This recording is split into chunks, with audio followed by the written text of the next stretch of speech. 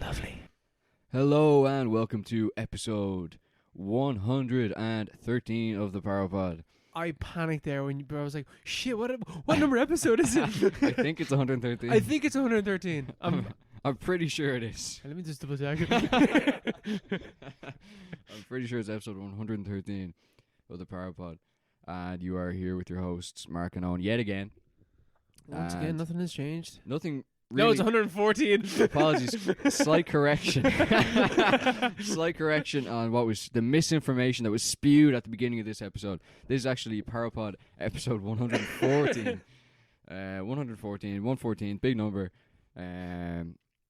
What is that? What's 114? It's that's the, you know what 114 is? No. That's the maximum amount of points a Premier League team could make in a season if they won every game. There we go. Yep. Fun fact Friday. We eventually got there. Yeah. Anyway. So yeah, this week we're going to be talking about our recommended film, Rocky. Yo, Adrian. A little known film from the 70s. Sylvester Stallone. Yeah, unknown actor. Unknown Sylvester actor. Stallone. Yeah, your man, the guy. It's about boxing and stuff. We'll talk about that later. But yeah, in the meantime, how you been, Owen? How you been? I've been grand. I had a Good. dull period of the year, I feel. A dull period. What does that mean? I think Easter is just bollocks, innit? I hate Easter. Yeah, it's just like fucking whatever holiday. Yeah, we'd had this discussion at work. Is like, because you know the way, like, why is No like, offense to the Christians out there. yeah, like, but from a Christians, because obviously the way we celebrate these holidays, the significance we give them is based essentially on Christianity. But Christmas, when Jesus was born, but we don't even know if he was born on the 25th. He was born around then, is the idea. It's like that's the big thing. Everyone looks forward to Christmas. Christmas is the main event of the year. Easter, no one, you'd be forgiven for not even noticing that Easter happened. You know? Do you know what I don't understand? What? So, Easter Monday is a bank holiday because, like, yeah, Jesus rose from the dead. Mm-hmm. We celebrate, day off. Why is death not a public holiday? Like, surely that's fairly important. Surely Good That's what we're Friday saying, yeah. should be a bank holiday. Yeah, I suppose. Wait, Good Friday's when he died, right? Yeah, Good Friday's when he died. What was Easter Sunday? When he rose from the dead. What's Easter Monday then? He's just swanning around. No, Easter Monday is like he had a huge session after getting up, and he was hanging. So like, boys, you need to take the day off.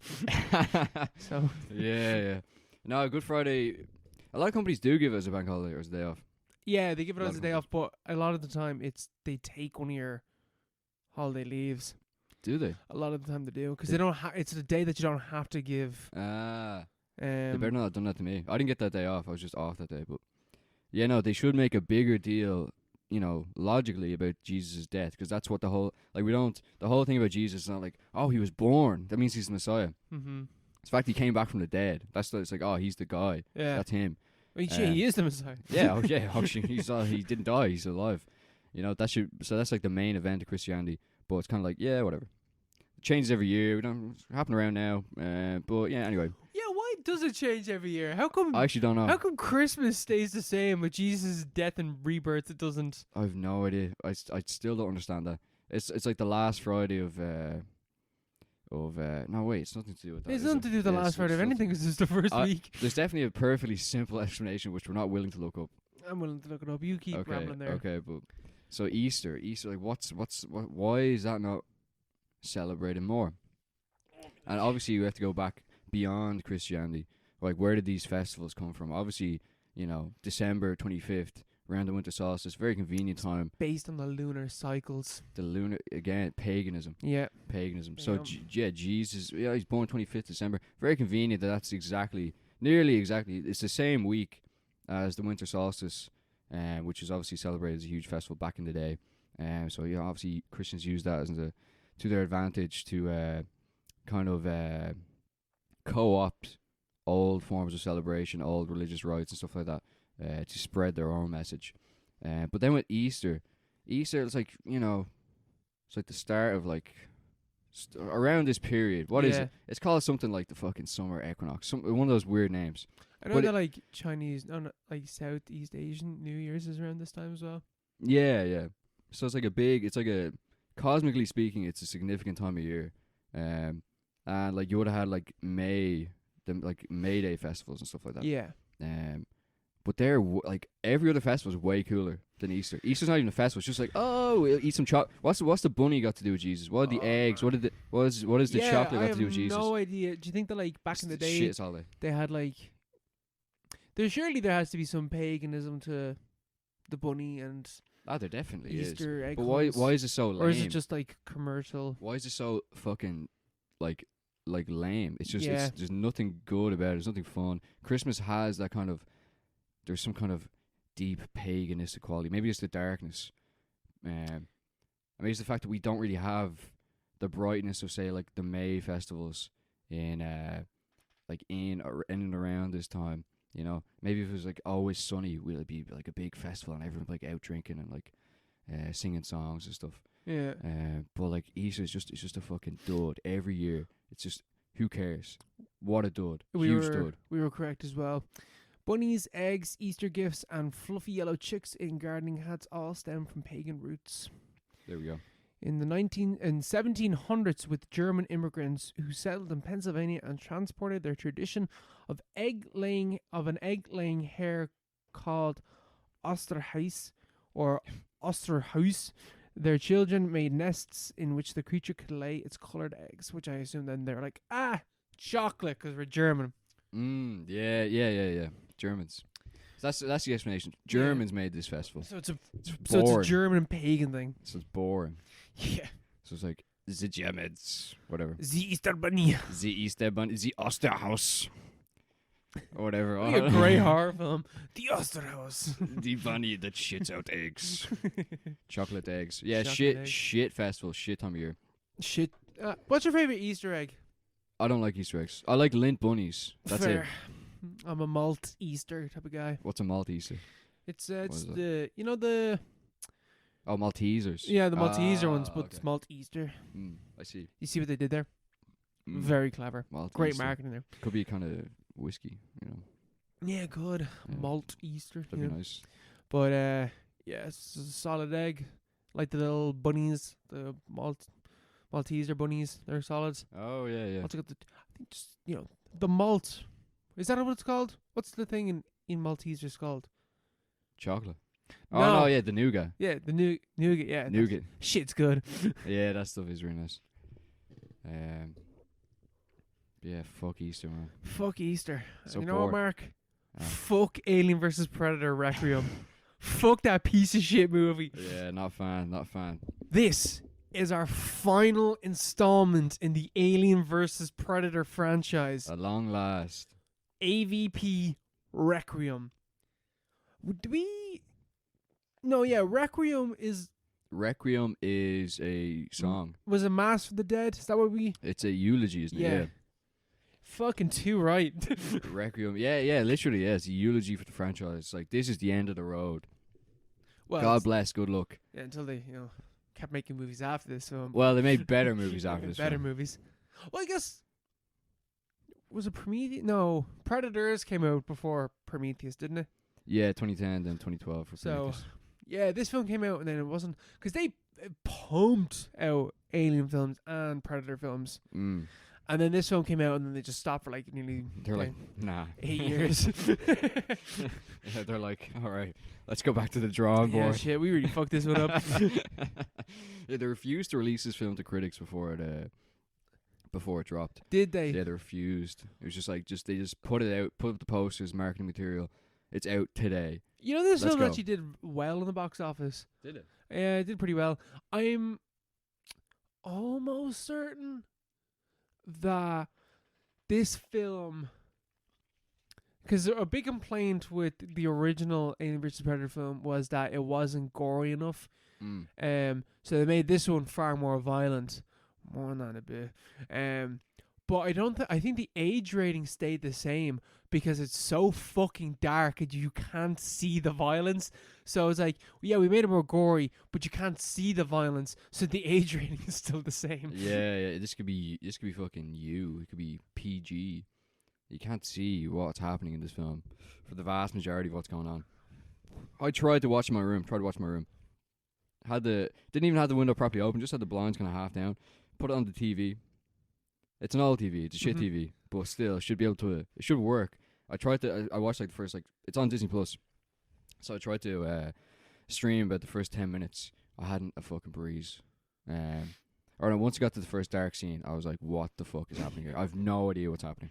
I can't make out who is who. It's just shapes. It's just shapes and like growling. It's like, oh, it's an alien. Is that the predator noise or whatever? It's I the don't know. pred alien. The pred alien. Another thing. I wasn't even sure what that was for like a long time. Yeah. So like I turned it off my TV. It's an alien with dreadlocks. Yeah. It's just a Rasta fucking alien like. So I turned it off on my TV, stuck it onto my phone, turned the brightness all the way up. I was still like, I watched the rest of the film like that. There's scenes, there's entire sequences where I had no idea what was happening. I couldn't make out like who was fighting who was winning, which character was which. I didn't even bother to learn any of the characters' names. I don't like. Oh, I have no idea. I don't know what any of them were called. I just know the Pred Alien from looking it up. The Predator was cool when you could see him. When you could see him, Yeah. yeah. You know, and you know, I think as well that's another thing that because a lot of this film is Shit. shit, but a lot of the aspects of this film is reacting to issues that people had with the first one. Like I think there was issues with people being like, the Predators are so bad in AVP 1. Like they get their shit wrecked. 2 of them die immediately, and then the last one kind of fights a few aliens, but not really. When the Predator shows up in this one, he is kicking the piss out of these aliens. He's like a specialized detective predator, isn't he? He's like a cleaner predator. He's like the wolf or something like that from like Pulp Fiction. He's like, we got a mess. He's the one that you call in, and he's the hired one last job. He just rocks up and just annihilates all the predator or all the aliens, as I say. So like I like that aspect of it, but you also can't see anything that he's doing. Yeah, I couldn't really. I wasn't terribly impressed because I wasn't sure what was happening or like what he was doing, what his mission was. Obviously, to hunt down the Pred aliens, but like, I like the like it's. So like what the premise of this film, it's a hybrid of the predators and the aliens has been basically unleashed on a small town in America. Yeah, and it's about how the town copes with the trauma of the Pred alien roaming its forests. It deals. What this film is about immigration. This is a highly xenophobic film. It's an alien. Get it? It's like, oh, look at all these aliens coming from the sewers. We're gonna nuke the town, start over again. It's fucking contained. Yeah, it's a quarantine by the federal government. Yeah, let's get these illegal aliens out of here. Fucking get rid of this shit. They send in the Predator. Yeah. So this film picks up literally seconds after the first one, which so off the bat, the Predalien bursts out of the Predator that died in the first film. At the very end of the first one, this Predalien bursts out of his chest because Predalien is that the actual canonical name? That is the canonical name, yeah, Predalien. So when a predator is infected or impregnated, yeah, that's the word, by an alien, and thus the alien kind of merges DNA with whatever it's. Would you say there's like Rule 34 porn for this somewhere online? 100%. 100%. The birthing stuff. I'm gonna get to that later on. There's a fucking scene there. Like this film, like I have notes on this film. I didn't take any notes for Rocky. I took so many notes for this film. Oh my god. Okay, so this film picks up like moments after, like straight off the bat. There's issues, right? So the Predator bursts out of the chest, and it very quickly evolves into like it's the way like in Alien and in all the Alien movies, the xenomorph pops out of the chest, and it takes a while for it to like grow to its full size. This fucking dude bursts out of his chest, and like 30 seconds later is like full size and wipes out the entire ship and crashes it, right? And then they crash into the small town. So, firstly, how long does it take for the Predalien to burst out of the chest? Because seemingly these guys they hadn't even left Earth's atmosphere, and this fucking bread alien burst out of the chest and then wiped out the entire place. Like, were they just floating around just outside Earth, just being like, take off in a bit? It's just like, oh man, what the fuck happened there? Let's chill out for a bit. Yeah, fucking woo. Let's take a break. That was a close one. Yeah, that was a close one, boys. Fucking popping champagne, like, we really did it, boys. So then it crashes, and the Pred alien is still alive, and there's face huggers that are on the ship as well, and they escape. And there's a dad and a kid out hunting, and they see the spaceship crash. So they go over, and they get face hugged by the face huggers. And yeah, the kid, that was a bit unnecessary, I thought. Yeah, you watch the kid get chest bursted. Yeah. And it's like, wow, God, this film is such awful CGI. Yeah, it's just trying to be shocking. It's kind of like, was there any real need for this in an Alien vs Predator film? Didn't need that. It's Yeah. like just shock for shock's sake. And this movie is so edgy. Yeah, it's like trying to be like, we're for fucking real here. Yeah. We're gonna make an alien burst out of this 5-year-old kid's chest. So we're actually, this is a real Alien vs Predator This movie. AVP, we ain't fucking around anymore. Fucking grab your keg of beer, stick on the Harley Davidson's, fucking Yeah, rev it up. rock Let's out go. to AVP Requiem. We don't fuck around anymore. We kill children. For fun. Yeah, my third note is this movie is so fucking dark you can't see shit. And then my fourth one is this movie is so edgy. And then this is one of the ugliest movies I have ever seen. Even when you can see stuff, there's just something about this film that is so bland to look at. It's so uninspired. It's just an ugly, ugly looking movie. Yeah, when is it actually made? When was it made? It's 2004. No, 2004. I think I'm wrong there. I feel like it's more recent.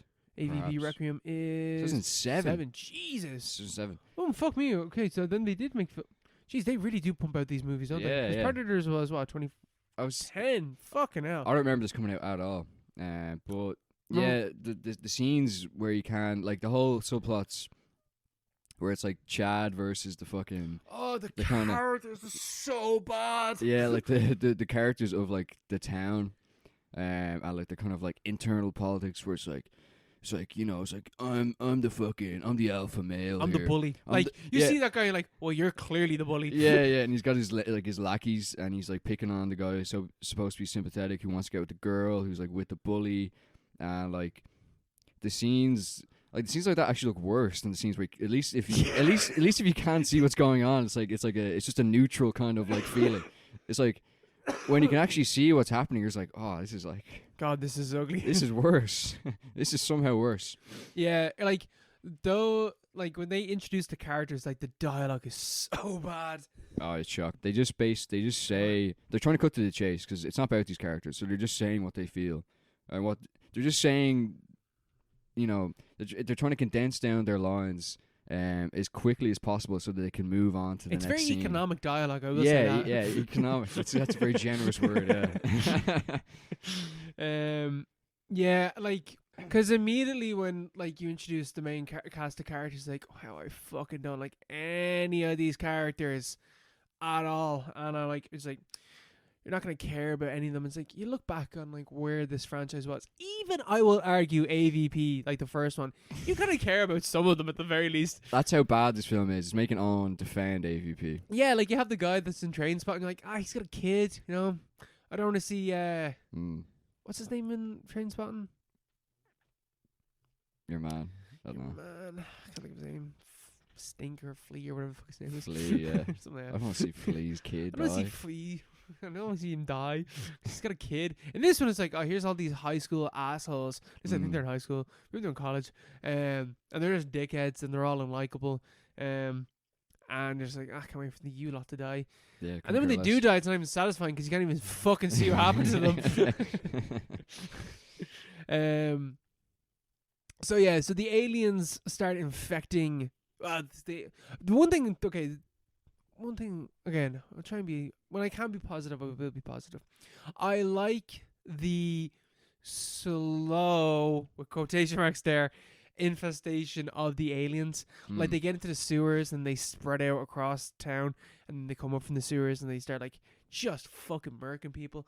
But this, so I'm like, like there's a cool like progression of time in this film.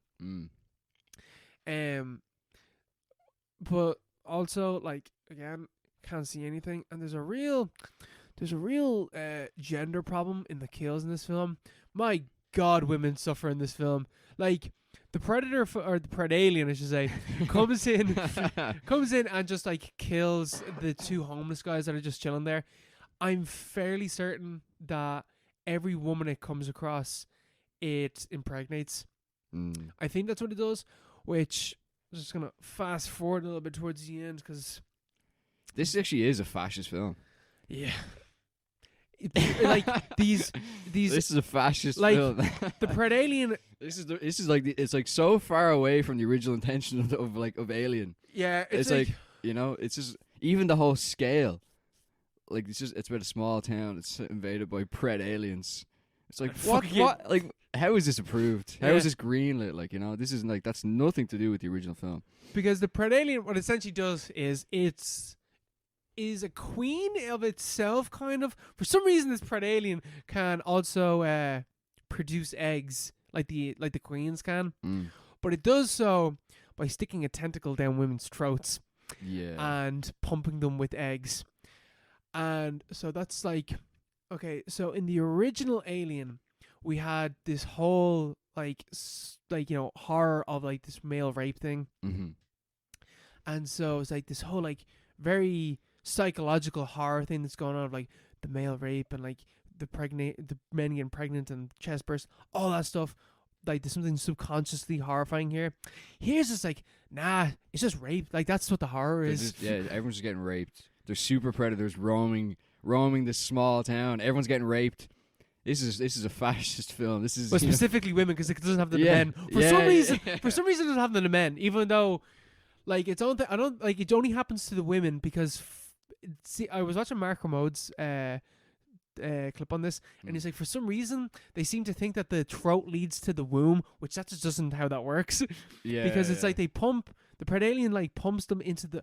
I think it's meant to be the womb, but it's not the womb. It's just the stomach. So why isn't it doing it to men as well? It only does it to women. Well, it works the same way as the facehuggers, no? So like they use the men. Yeah, but yeah, should it should be doing this to men as well because you'd be making way more aliens this way, bro. But it'd be gay if they did it to men. It would be gay. Like, it would be gay, so. It's 2007. Yeah. There was I think one of the opening lines for our main character is him calling someone a slur. And it's great. Yeah, this is real 2000s. Yeah. Even the way Chad's always carrying on, it's like, this is like so fucking. Like, it's not it's just so dated and like fucking generic and cliche, but like distastefully so. Yeah, it's like, oh, this film, leaves such a fucking awful taste in my mouth. Like, even when I was a kid and I watched this film, I was like, there's just something about this film that just like gets underneath my skin in the worst possible way. Where like it's not like a film we'll be talking later on, The Shining, which gets underneath my skin and like unnerves me and makes me uncomfortable and like freaks me out. Like, this film gets underneath my skin. I'm just like, I feel like I need a bath after watching this film because this movie's gross, but not like, you know, not like Evil Dead or something like that. Like, in a way that I'm like, I just need to wash the taste of this film out of my mouth. Yeah, I just didn't enjoy that. No. Yeah. I got this predalien dick stuck down my throat and I was not enjoying it. You know? I know. I get you. I think there's a problem as well in this film with overkill. Like, there's no. I guess there is scenes where you're meant to be able to like breathe, but you're stuck with these characters that you fucking hate. So, like, there's no chance for you to like relax in between the violence, because the violence happens like every couple of minutes. There's someone dead. Like, this film easily has the highest body count out of any of the Alien versus Predator films, like as in across Alien and Predator. I wouldn't be able to count though, because I couldn't. Yeah, I wouldn't even know. Yeah, you wouldn't know. It's just there's a lot of sequences of it's just slashing and so and like people exploding and it's just like screams and growls and stuff like that, and you're like what exactly is happening? Who's dying? How are they dying? Who's doing the killing? Like what? How did this happen? How did we get here? Where are we? What am I doing? Why am I watching this? Why am I not doing something better with my time? Yeah, no, it's egregious. It's egregious. It's overkill. It is overkill. Way too far. So the film, keeps going and going, and like more characters are dying, and eventually the army come in, and they get wiped out immediately by aliens. It's like, it's kind of like a callback to Aliens with Ripley on the, like, that scene where they go into the nest and they could just get annihilated, and like you see all the cameras knocking off. Like, I think it's meant to be reminiscent of that. It's like, wow, this is just not as good. Yeah, because it totally misses, like, the hour build up of these characters. Yeah. It's just a lot of like feds show up and just get murked straight away. All right. Oh, cool. Oh yeah, that pred alien's a real like piece of work, Plus, it also misses the whole like the claustrophobia element of it as well, like the actual setting. The premise of this film does not work for what it's trying to do. Because you're just out on the street. Yeah, it's literally just it's set in like an entire town in present day America. It's not set in like a tube traveling through space fucking light years away. This film is post 9/11 as well. This film is racist. It is. Yeah, no, this definitely. It's a full on fascist film. No, I'm just saying now, like present day America. It's like, this film is post 9/11. There's definitely racial undertones that you could read into this film. Absolutely, yeah. There has to be, Yeah, even the predators, like coming in the cleaner predator coming in to basically mop up this mess that's been made. Like, let's trust this guy, like, kinda, it's like he's just doing what needs to be done. People are dying. We have to wipe out the aliens. We have to wipe out them. I don't think the predator really kills that many people either. He's he's like the good guy. I don't think he kills that many people. Could be wrong though. I think he might kill a few. There's also the bit where like he uses the fucking the nuke thing that they have on the wrist, because he rocks up to the ship and he sees the predator and he's like, well, I gotta go to work. So then he like sets up the dead predator there, sets up his like self-destruct thing, which like we saw what that does in Predator 1. Like that's some nuclear explosion. He's walking away from the ship as the explosion's going off. It's like cool. It's like, well, you're fucking dead. Like, you're 100% dead. You just want to look cool. He did want to. Cool guys don't look at explosions. That's it. Yeah, you just have to walk away slowly.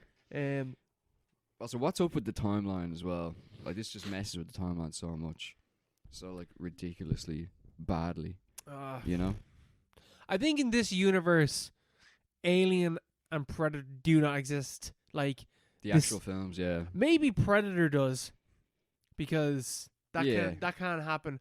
But like, I think like in this world, the Alien franchise has not happened.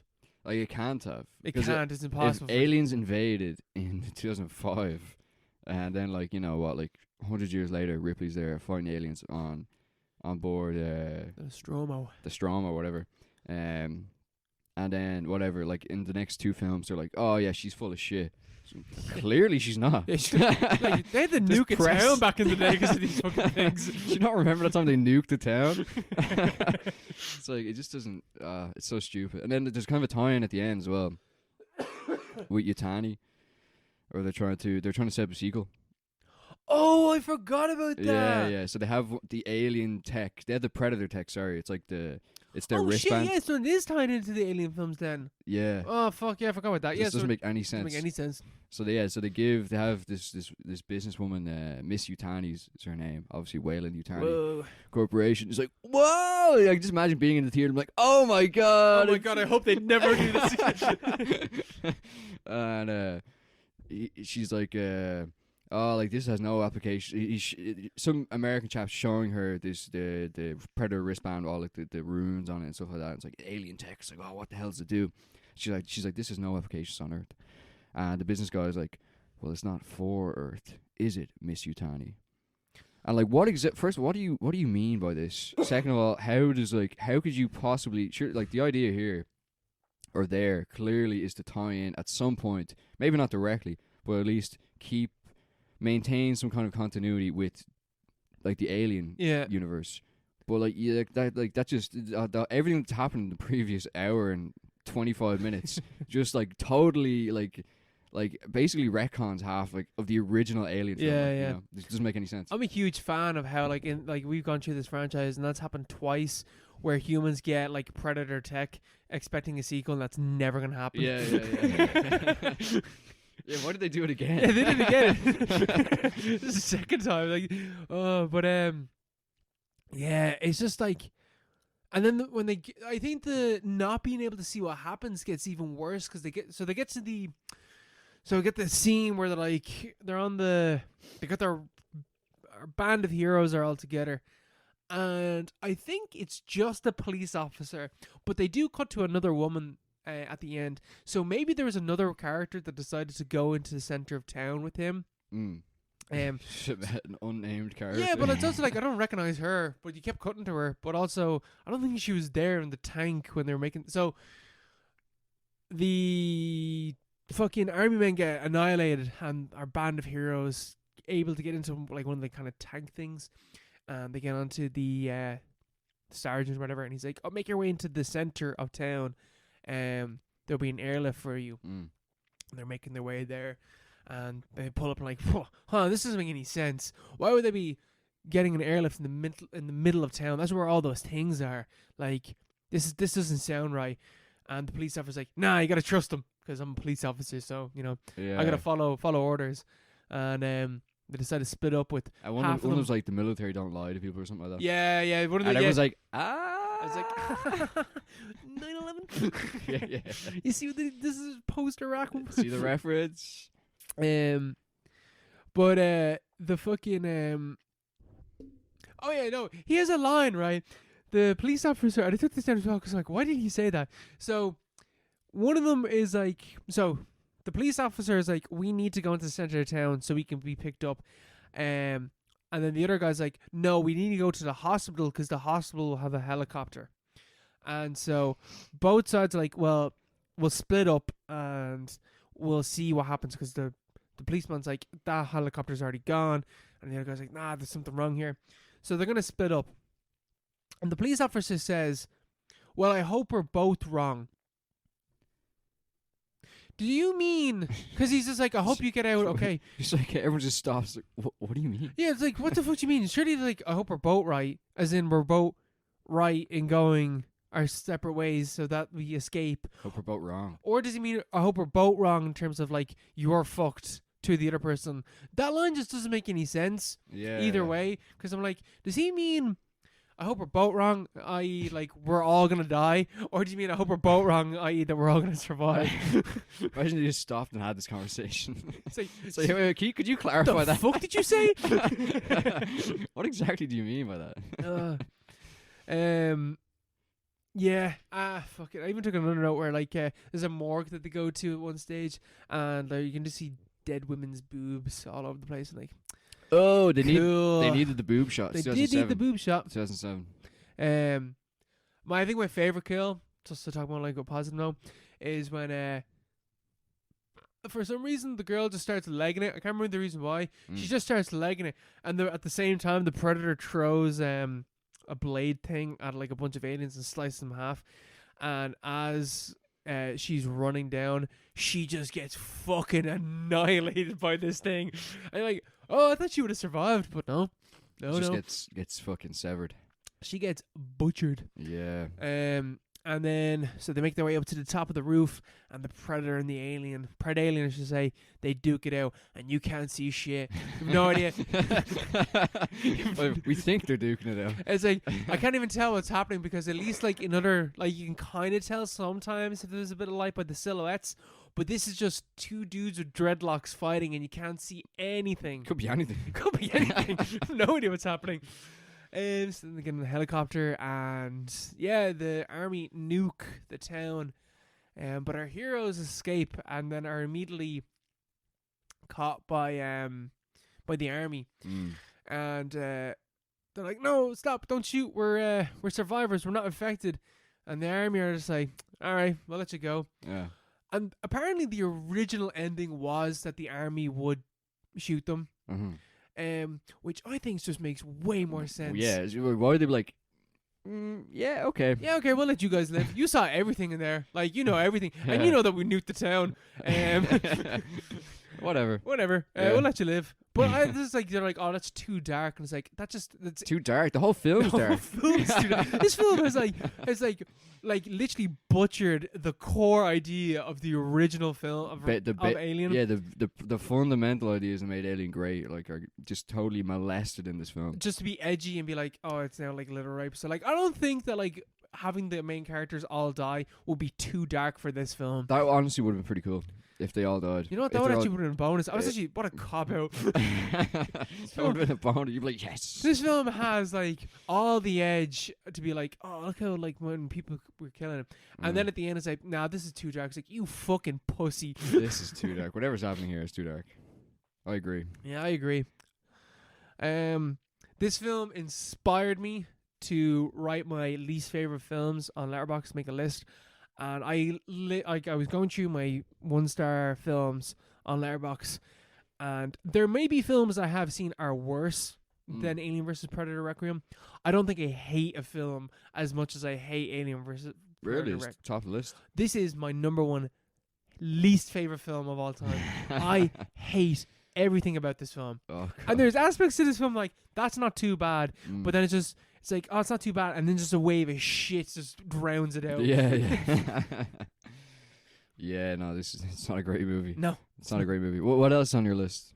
I'm interested. The Rise of Skywalker. The Rise of Skywalker. I actually didn't put The Wicker Tree down because I was like, that was funny bad. The Wicker Tree's dog shit. It's dog so shit, bad. but there was funny aspects to it. A disaster movie. Meet the Spartans. The Murder of Nicole Brown Simpson. I've never seen that. Oh man, that is one of the most distasteful films I've ever seen in my life. Why? Is it about OJ? It's about OJ, and like, it's kind of like, maybe he didn't do it. Like for kicks, like? For kicks. It's not like an investigation. No. Oh. And it's pure like, here, well, you're gonna watch Nicole Brown Simpson die for like 5 minutes. Jesus. Slowly getting stabbed to death. It's like, oh wow, this is bad. And it's also like just a shit film. If it was good, you'd be like, yeah. I'm like, The Haunted World of El Superbeasto. It was that animated Rob Zombie film. Yeah. Hated that. Rise of Skywalker. Saving Christmas with Kirk Douglas. No, not Kirk Douglas. What's his name? Kirk Cameron. Yeah, Kirk Cameron. Yeah. That film was awful. Airplane Mode, which is the Logan Paul airplane spoof movie. Why did you watch that? Sometimes I like to torture myself, Mark. And number 10 was Comet, which is a film that people... It's actually got 3.5 on Letterboxd, and some people actually like it. It's one of the worst movies I've ever seen. It is the most pretentious thing I've ever seen. The dialogue is awful. The acting is so stilted and boring, and it's shot to be like, "Oh, this is so artful," and it just looks like ass. I hate that movie. I've never heard of Comet. It's awful. Oh, I have heard it. Vaguely remember this coming out. It's a fucking bad movie. Yeah, Justin Long. It's a movie that 13-year-old boys be like, "This is me. This is so deep, man. I feel like this sometimes." Yeah, I've never seen it though. But yeah, fuck that. Fuck Alien vs. Predator. The worst entry in the franchise. Oh, by a mile. The worst entry. By a mile. From what I can remember. Yeah, from what I can remember. What was one of those above this? Yeah, this is way worse than Alien Resurrection and The Predator. It is. Yeah, you're right. It definitely is. But like, to be fair, yeah, no, it is. But the last kind of 20 minutes of, what is it, The Predator? Yeah. Is up there. It's up there. It's up there with but this. I think the whole film is like not as bad. Nowhere as bad. Alien vs. Predator is that last 20 minutes stretched out to an hour and a half. Yeah. Literally just the same scene at the end. Yeah, literally the same scene again. Oh, why did God. they copy that? Here, the Predator actually would have been pretty good if it hadn't, for no reason, just copied the AVP Requiem ending. It's like, what we do to capstone cap this off. Why don't we reference or redo one of the things from the worst movie in this franchise? What were they thinking? No, you know, one of the other good ones. Oh god, silly stuff. Silly stuff. Mark, will you lighten us up here with I can't really. Oh, I can't really lighten it up, I guess, because you saw a depressing Irish movie, didn't you? Yeah, we can. How about? Yeah, no, yeah. Let's. Well, let's bring it back down. I'll talk. I seen Cailín Ciúin about a week ago, about 10 days ago. Nice. I seen it in the Stella cinema. You know, anyone Nice. out there been to the Stella? It's actually very, Raise very your nice. hands if you've been to the Raise your Stella. hands. Speak now if you've been to the Stella. It's actually really, really, really nice. I got the armchairs. We had dinner, kind of thing. You know. Were you eating in the cinema? Yeah. Okay, yeah, because when you said the Stella Diner, I thought that you went to... No, see, that was the idea. Yeah, 'cause yeah. I was starving, but all I'd always wanted, really wanted to go see Cailín Ciúin, and I kind of wanted to see it as well. So I wanted to go. I wanted to do something that evening rather than just eat. You know. Yeah. So there's a perfect synthesis of the two by going next door to the Stella Diner and going to the Stella Cinema, where you can also eat, but it's like for some reason just like way cheaper. Like, but the food is insane. Because you're already paying a price of a ticket to get in there, True, so... true, yeah. I imagine yeah. a lot of restaurants would be a lot cheaper if they paid €20 to get in the door. Yeah, you're actually dead right. Well, like, yeah, so it was like $7.50 for a burger, and to be fair, it took about 35 minutes for the burger to arrive to my seat when I first ordered it. But my God, this was the pound for pound, cent for gram. This is the best burger I've ever eaten. Like $7.50. I was like, this is better than I paid like €18 for burgers that were in a fucking patch on this thing. It was insanely good. Even the chips were really nice. Like Guinness was pretty good. The whole experience is very, very good. It's a very nice cinema. But anyway, Cailín Ciúin, it's mostly in Irish. No one told me that. I walked Is in. it I was like, mostly in Irish? I thought the whole thing was in Irish. no, a lot of it's in the first kind of half an hour is kind of in English. Oh. Because so the whole thing is like this girl, and she's like, it's like I don't know, 90s Ireland. Yeah, I think it's 90s. It's around the 90s in Ireland. She's with her family, and the dad's kind of a waster, and they send her off to the summer to like, I think the dad's wife, like the mom's brother or something like that, or her sister, something. It's this childless couple who live nearby, and they're somehow related to the family. This family, this couple only speak Irish. So over the course of the film, from that point where she's kind of like dropped off to this new couple, the film is pretty much exclusively in Irish. I was like, what the hell? No subtitles. Bamboozled. I had no idea You what just got your burger. what the and all. hell was going on. You know. How can I eat and read subtitles? But no, yeah. So it's just about how like they kind of like, because she's very, she's pretty quiet. She's a pretty quiet girl. So she doesn't say a lot, and she's kind of like low on confidence. The usual kind of like, she's just like a 9-10-year-old girl. She's very kind of like very placid, kind of keeps to herself. She's bullied in school. Thankfully, school's out. It's the summer vacay. She's hanging out with this couple, and they're like very kind to her, and they're trying to like big her up, and they're trying to improve her confidence and get her to open up a bit more. And then over the course of the film, it becomes she's quiet. Yes, She's a Cailín Ciúin. I was like that in cinema. I was like, that's it. Oh. That's the quiet girl. The fucking like the clocks turn in your head. The yeah. clocks. I stood up. I was like, what the hell? Stood up and started clapping halfway through the film. She's so quiet. Yeah, I get it now. Yeah, I finally get it. This is like a scene where she just doesn't say a word, but it becomes apparent over the course of the film that the couple have a very dark backstory. Not in the sense that they're evil or anything like that, but like they used to have a child, basically. This real fucked up backstory. They used to get this thing called the Pred Aliens. They used to let it out at night. Awful things used to happen. It's a crossover with Alien vs Predator. It's about the Pred aliens being unleashed in a small parish in Sligo. Yeah, and it's just a fucking metaphor for the English. Yeah, it's a political film. But like they're not evil or anything. They had another kid who died in a slurry pit. They just had a sad backstory. They just had it's not a dark backstory. It sounded so sinister when I say it like that. I just have a sad backstory. They were beset by an awful tragedy which changed their lives. So their son, they used to have a son. This fucking cough. They used to, I did the same thing. It's like it's like a fucking Pred alien stuck in my chest. Oh god. But so he died in the slurry pits. And shit. Yeah. So it's this horrible thing that happened. and she's wearing his clothes for a while. She doesn't realize. She's told by one of the fucking everyone. There's like this character that comes in, and I can't remember how she's kind of introduced, but she's just kind of like one of the local women, and she's kind of like hanging out with the girl for a while. But like everyone knows, like, she just tells the girl about, oh yeah, you're wearing your dead cousin's clothes, just like for no reason. Just says this to the girl, but like everyone, it's like this film is so Irish. It's like if you've seen this film, you've seen this character. It's like I know this person. I know who that is. I know who this cunt is. But this is the most Irish film I've ever seen. Like properly like Irish. It's about depressed farmers, who just live their lives in the countryside, and there's basically no resolution. It's like it's just Irish. It's just Ireland in a film. Yeah, nice. Basically, there's not really no resolution. Like she builds herself up over the course of the film. That's kind of like it's really like heartening to see. But then the ending's quite sad because she kind of has to. The summer's over. And she has to go back to her life, like her normal life. And they absolutely do you dirty, with the ending of this film, because it's very, very sudden. It just kind of like, because the flow of the film is so well made. It's like so kind of well paced. It's slow, but like it's not slow in the sense that you're kind of sitting there being like, oh, like come on. It's like an hour and a half. Yeah. It's quite a short film. Very deliberative. Very like kind of it knows what it's doing.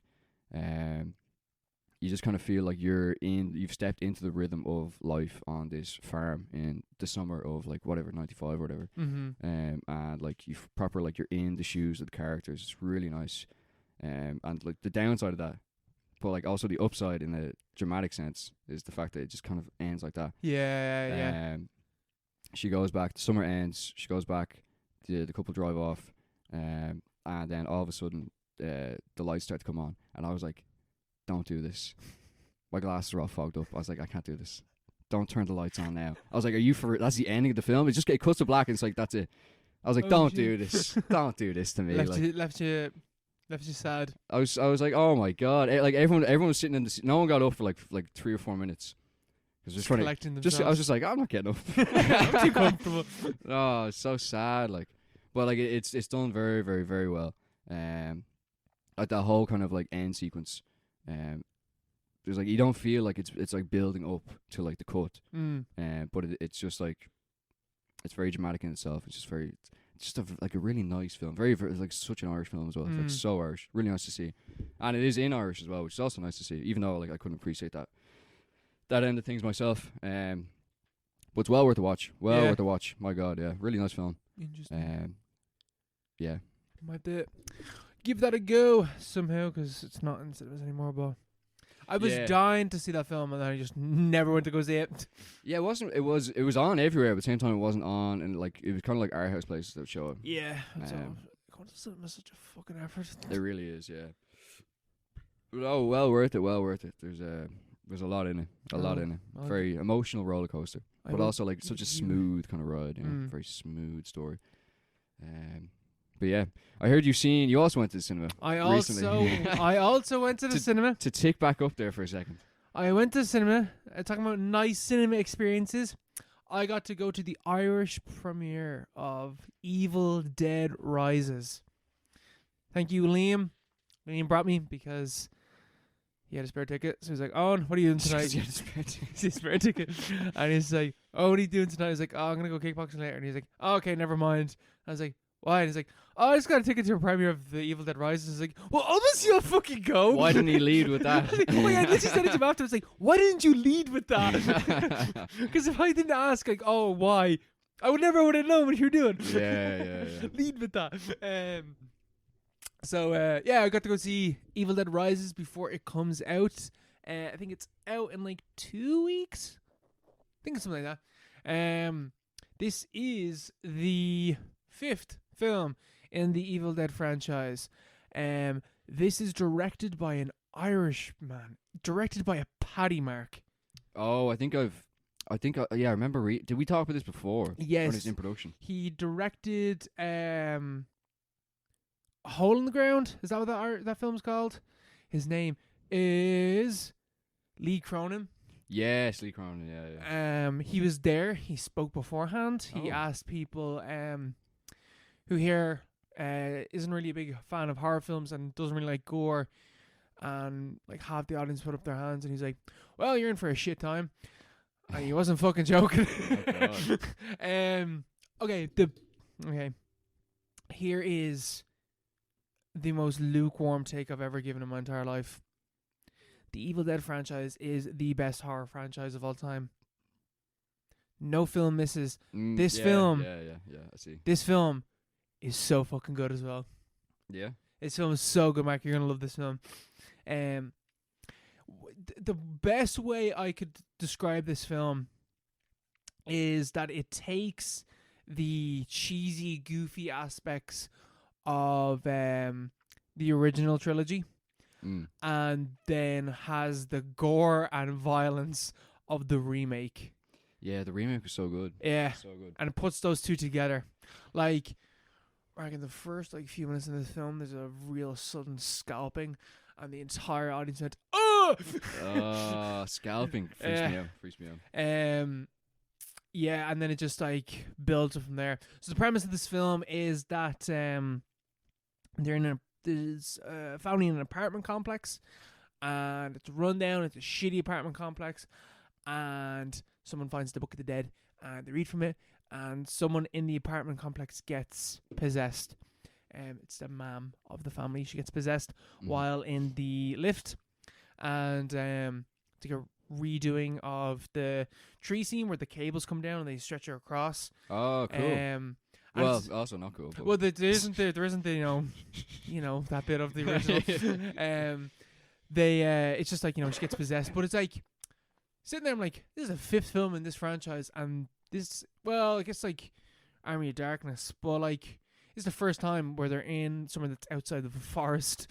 Yeah. In an urban setting. They're in an urban setting, and it's just a creepy ass, rickety old, abandoned apartment complex where there's few people still live there. On the floor, on the floor that we're on, because everything gets locked. There's an earthquake that it's an earthquake. That's how they find the book, but then the stairs all collapse, and then the lift is out of order because the lift is haunted. And the lift is evil. This is one evil fucking lift. It's a haunted lift. Yeah, and then it's just the mom, and she's possessed by a deadite, and she just starts butchering people, and it's fucking good. There's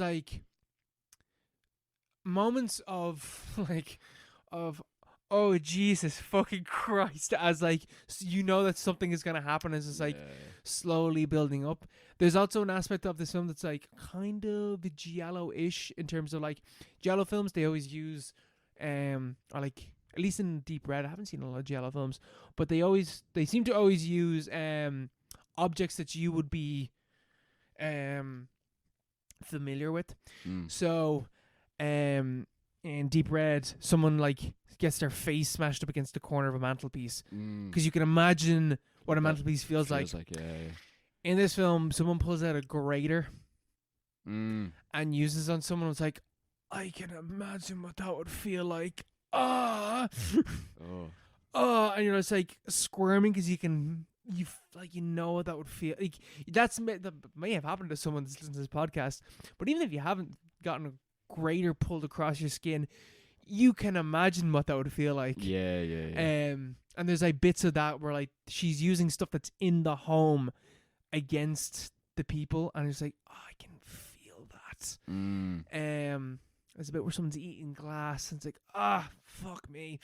So there's good horror like that, and then also just good horror where there's a bit where this little girl and her mom, who's just mangled as a deadite, is just outside the door, and she's looking through the peephole, and she's just talking to her, and it's oh fuck this, don't open the door, and she's come on honey, and tapping on the door. Meanwhile, someone else is now getting possessed by a deadite in the gaff. You're oh Jesus, no matter what happens here, there's gonna be a deadite in the fucking building. In the apartment with them. It's good. It's very, very good. There's also some nice callbacks to other films. There's a bit where they finally get into the lift, and the lift fills up with blood, and it's like it shows like the symbol that says like maximum weight eight people. It's filling up with blood, so it just fucking crashes down. But then the doors open up and it spews blood. And you're like, it's The Shining. Reference. The Shining. A technically accurate reference. Yeah, like that's it. It's of like, course, it would it's fall, yeah. like you wouldn't even, because I turned to Liam, I was like, it's like The Shining. He's like, oh shit, yeah. And like, it's not even in your fucking face about it. It's just like, it just makes sense within the film, but it's a nice. It's not making a big thing about it, yeah. Yeah, it's like, and it's not even like a shot-for-shot remake of like that scene from The Shining, and I was sitting there, I was like, when they're sitting there, I was like, how are they gonna get like a shotgun and a chainsaw into this film? Shotgun comes into it fairly easily, just like someone has a shotgun. It's like, how's someone gonna get a chainsaw?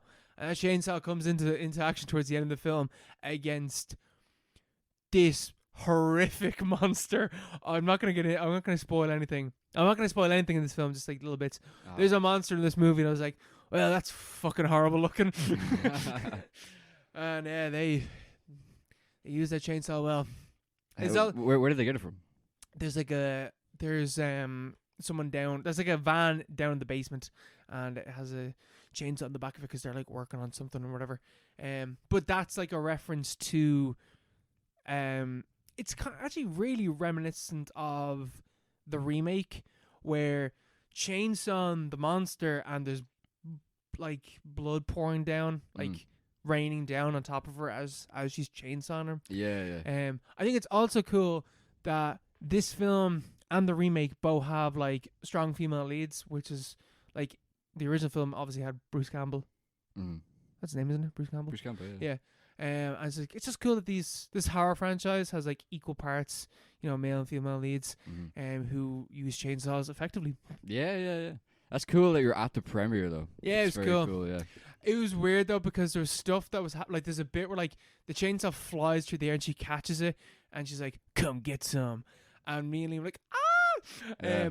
No reaction from the audience because the audience weren't Evil Dead fans. They're just critics, were they? They're like not really critics. They're like people that who I don't know what there was crew there, and then there was like critics and like journalists and like there was a few people that won tickets to go see. Like afterwards, we were standing there and I just wanted to walk up to the director and be like, "Banging movie, mate," but didn't get to because he was preoccupied talking to someone who had the Book of the Dead.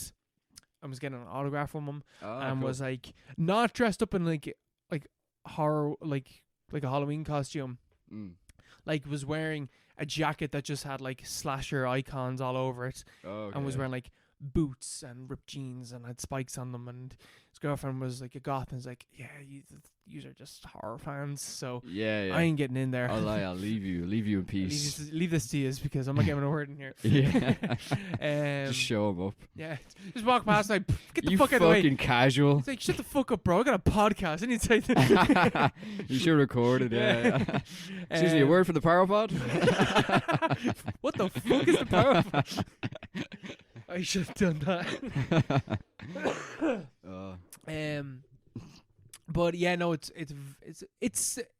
a good Evil Dead movie. You know, they've made 4 of them before this, and they've continued to make more good ones. Yeah, I want to see this now. It's very good. It's good cinema movie as well.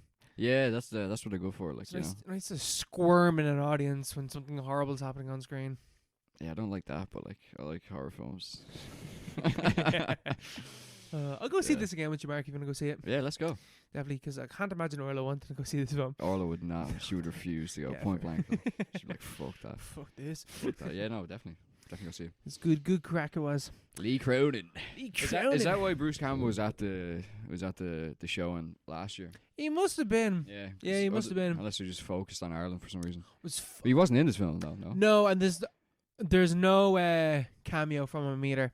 Like it's stayed until I think he might be a producer, but it stayed until the very end. There's not even like an after credit scene with him in it. Yeah. It was weird being in an audience that stood up and clapped. I was like, oh yeah, like you do this at a premiere because the director's right fucking there. You just sat down. It's like, boo. Just walk out. It's like perfectly enjoying the film. Just want to make a scene. Walk out halfway in. I'm just giving you a headline, bro. People walked out. Yeah, it's good. It's gory. It's funny. There's good comedy in it. Nods to other films. It's solid. Good spooky time. Happy days. Happy days. We go for a wee break. Let's do that.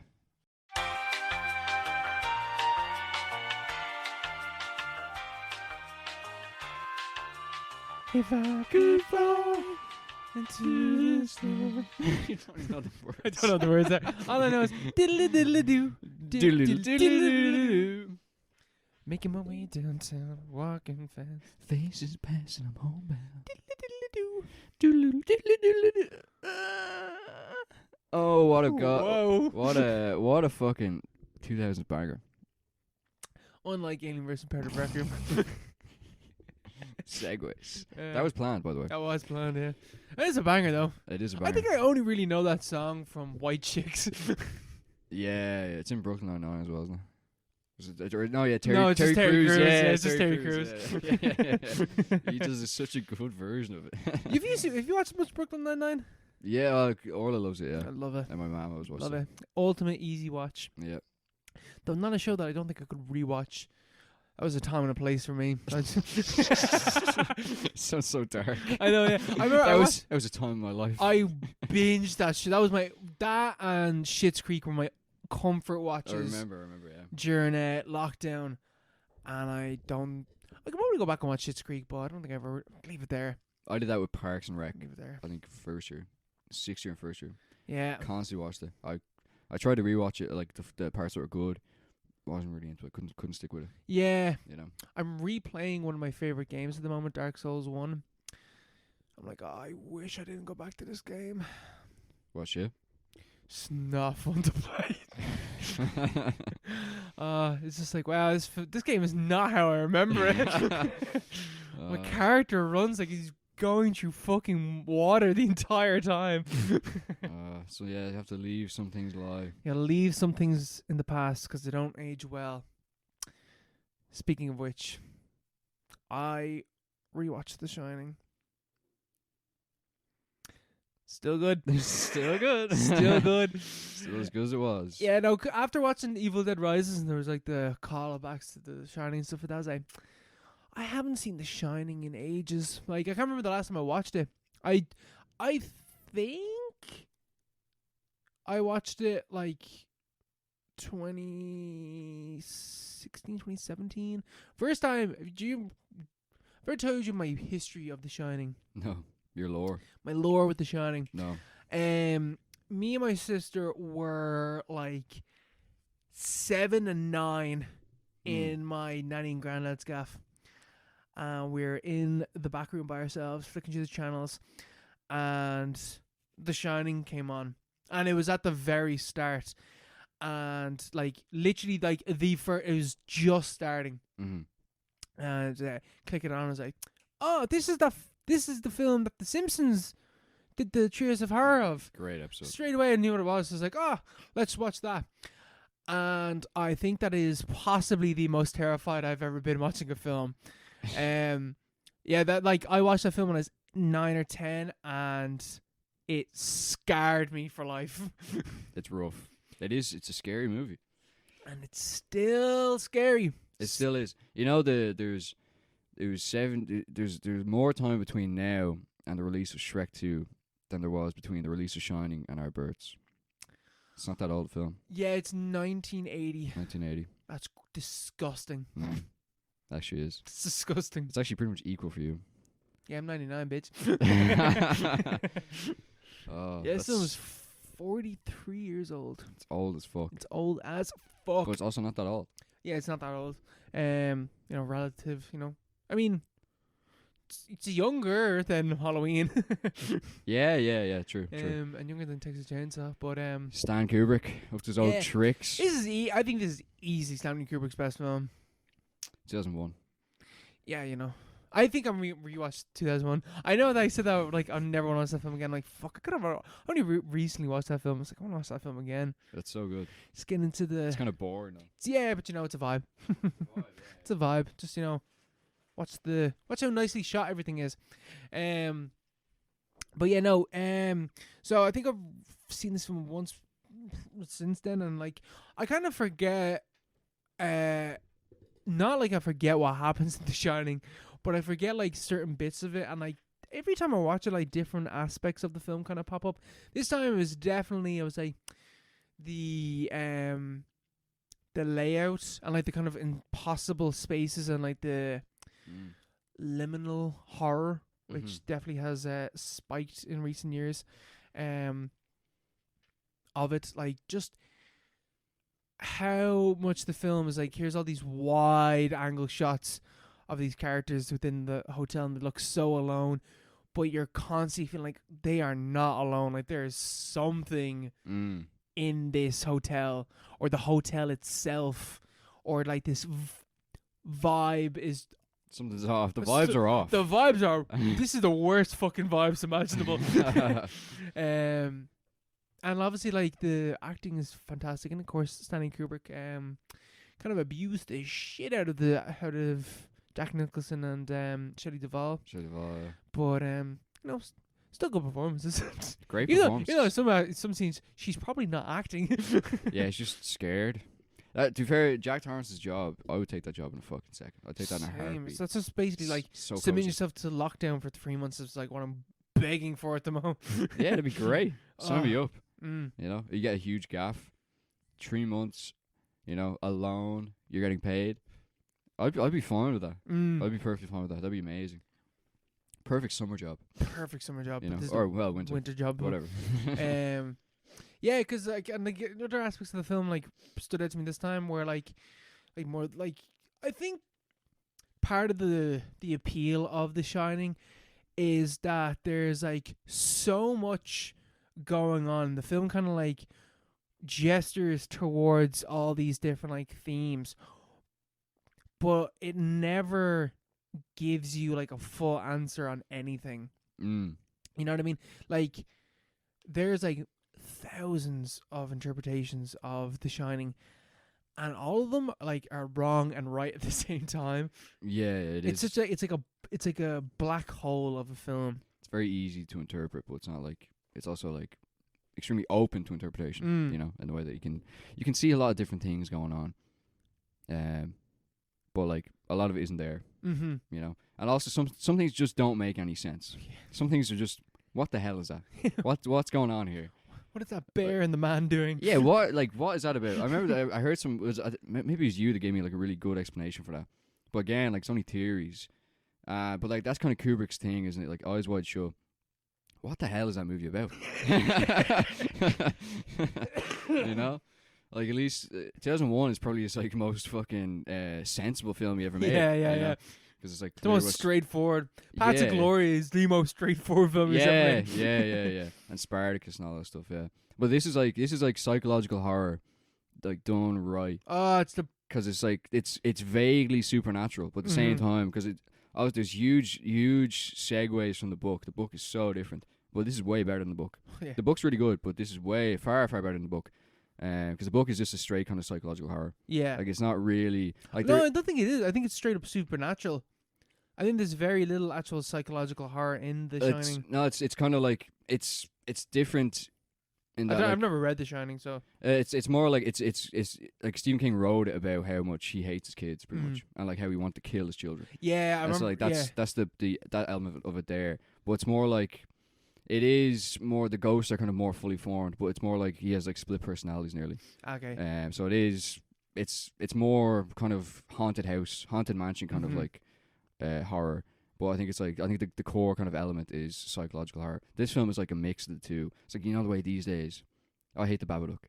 I always hate I'm always hating on the Babadook. Not a bad film, but like, it's trauma. It's like, oh, it's just trauma. It was all just trauma. And this... Yeah, I told you about me rewatching Babadook, didn't I? Wow. You like it? No, I watched the Babadook when it more or less when it first came out. I was like, oh, that's so good. Like, it's about trauma. It's so interesting. And then I rewatched it and I was like, and I was like, this is fucking dumb. This is the most like, wow, yeah. There's like no other interpretation that you could have because it's just about trauma. Yeah. Like, it's not even like, it's not even subtext. It's just text. Yeah. It's just that's the film. It's like half the horror films these days, especially like the art house stuff. I mean, I think it's kind of changed recently, but like. It used to be that it was just, like all this weird shit's happening. Oh no, it's just about trauma. Yeah. It's about, she was beaten by her dad, or like he is like oh, he killed someone when he's younger, or like he has like this other secret which he's trying to hide, stuff like that. It's like, it's at the end of the day, it always boiled down to this very like rationalist human explanation Yeah. for what was happening, and that was the horror. And it's like, I'm not. I have that. You see that every day. Yeah. It's like that's not. Why am I paying to see this? Where's the cosmic horror? Yeah. Where's like some weird kind of like, where's the kind of the openness?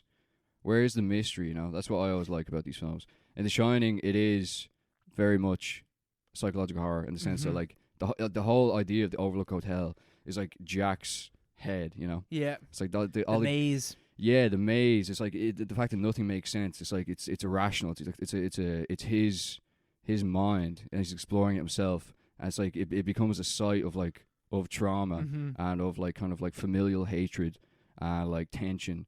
But at the same time, there's like outside elements interfering with like this kind of like manifestation of the inside of his head. Yeah. Kinda, you know, there's like something else happening, like, and it's in the walls. It's like in the lifts, and it's like there's something in else. every room. Yeah, it's like coming up. It's like in the soil. It's like because there's a whole thing about like in the book, and to like a very like subtle extent in the film, there's like this whole thing about kind of like the Native American burial grounds and stuff. Bro, I fucking watched something.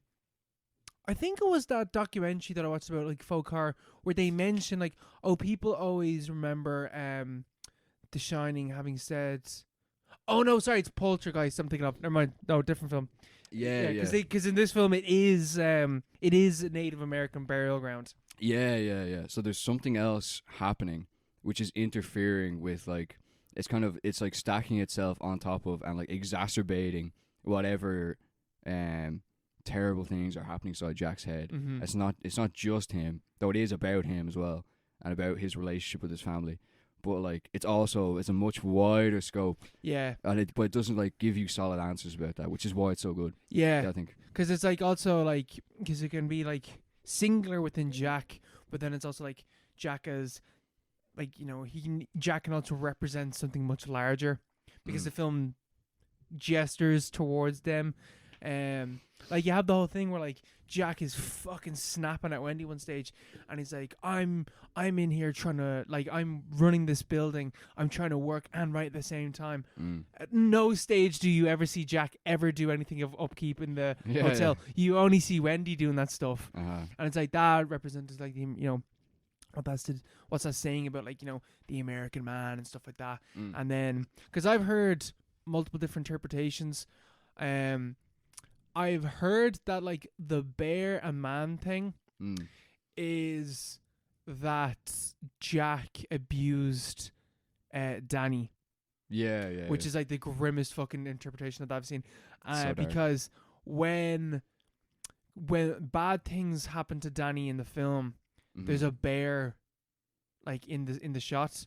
So like there's a shot where like he's talking to the psychiatrist, and he's talking about like why he like collapsed, which is something that happens to children with trauma, that they just like white out and they just collapse. And behind him is a bear looming over him. And before he goes into room 216, whatever it is, where he like, you know, gets attacked by one of the ghosts, his top has a bear on it. Yeah, the sweater. Yeah, the sweater has a bear on it. So that, like, these things that tie to like there could be something else going on there. Even the familial unit, it's just three of them like isolated in this huge house in the middle of nowhere.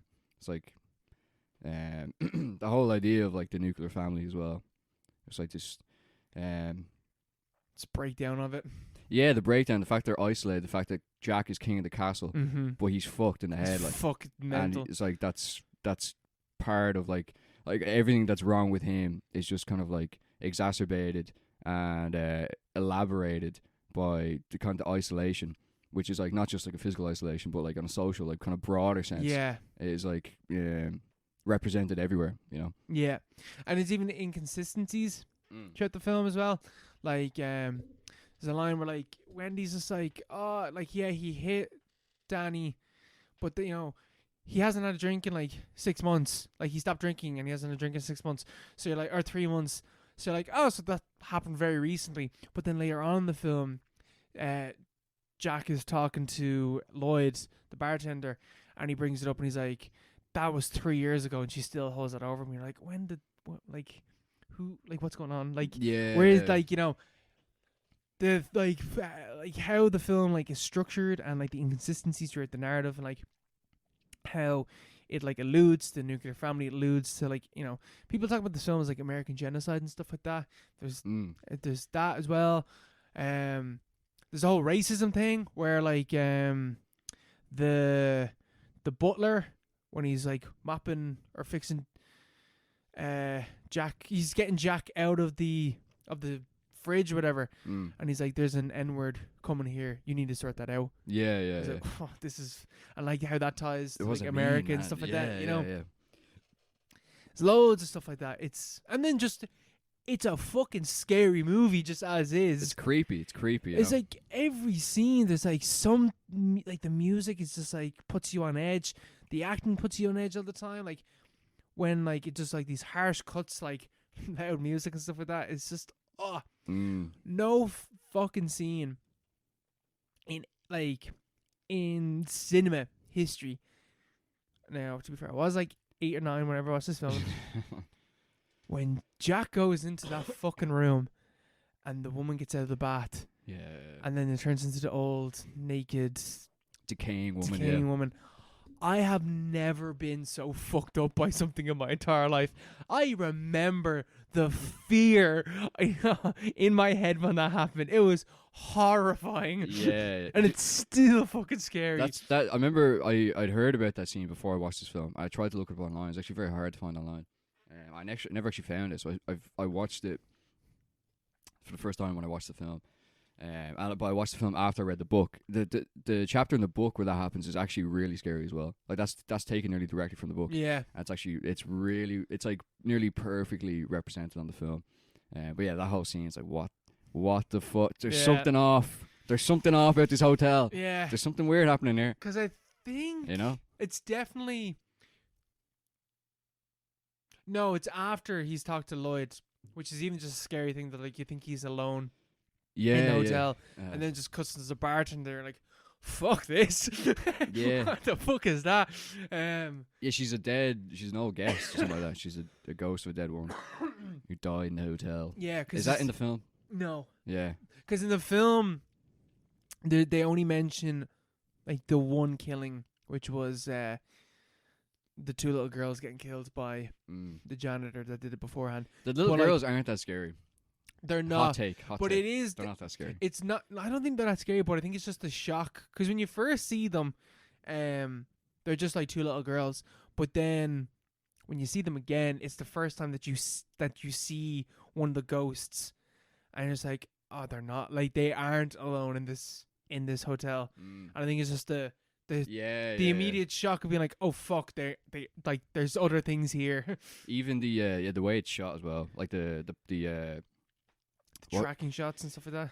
No, just like the fact that he turns when Danny comes around that corner on the trike, and then it's just I can't remember what they call it, the guiding lines, like the way the hallway, forced perspective. Yeah, the way the hallway is shaped, it just like it leads your eyes directly towards. It's like obviously like done totally on purpose.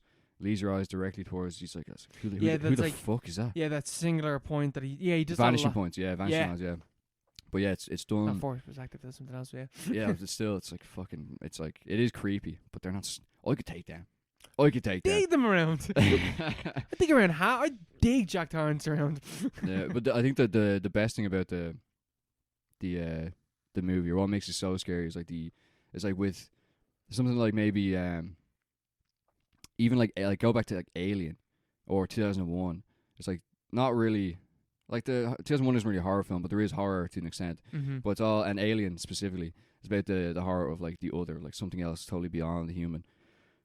Of something else operating that we can't comprehend, that we can't understand, and like that scares us. And then in the book The Shining, it's kind of like the horror is what's happening in Jack's head. It's like the soul, the subjectivity like inside Jack is kind of like creating this weird kind of haunted house kind of situation. As then in the film, it's like this, like nothing makes sense, and there's like clearly other forces or other subjectivities operating within the frame of the story, Yeah. but you're not sure what exactly those forces are. And Yeah. like the horror is like the where they cross over with Jack Yeah. and like Danny and like the wife, and that's what makes it kind of like confusing. Mm-hmm. But like you're constantly thrown off because you're not sure what exactly is happening at any point in the film. Yeah. So yeah, I really want to watch this film again now. I highly What's it recommend. on? What's it on? I watched it on. I was gonna watch it illegally, and I was like, you know, I want to specifically watch the extended version because I've never seen that. How long is that? 2.5 hours. So it's an extra half an hour. Honestly, watching, I was like, I'm not like. There's definitely one bit where like Wendy, when she's running around and everything's gone to shit. There's a bit where she runs into her room and there's just a load of skeletons, and it's like, where the fuck is she now? Like, it's when everything's like really like losing it, and Jack's chasing Danny through the maze. She runs into her room. There's a bunch of skeletons. It's like, never seen that before. That's real creepy because it's like the color of that room is completely different to everything else. So it's still like, oh, what the like in your brain, jarring, it's very jarring. But besides that, I was like, I'm not sure what scenes are added in here. Like, there's half an hour, and I was like, I can't tell. Would you recommend the extended cut? Yeah, I mean, it's wait, where did you find it? just on YouTube. I paid for it. Oh, grand. It's £4. Not too bad. Not too bad, but also like, you could Fuck's definitely sake. watch it illegally. Yeah, I might stick it It's on a fucking now. China. Like, you're gonna watch that. I'll find that somewhere. Yeah, it used to be on Netflix. Yeah, Back when Netflix was good.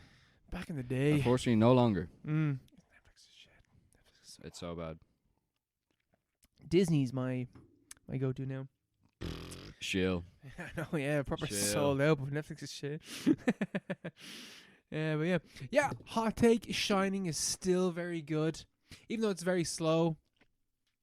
It's that constant building of tension that I enjoy throughout the Shining.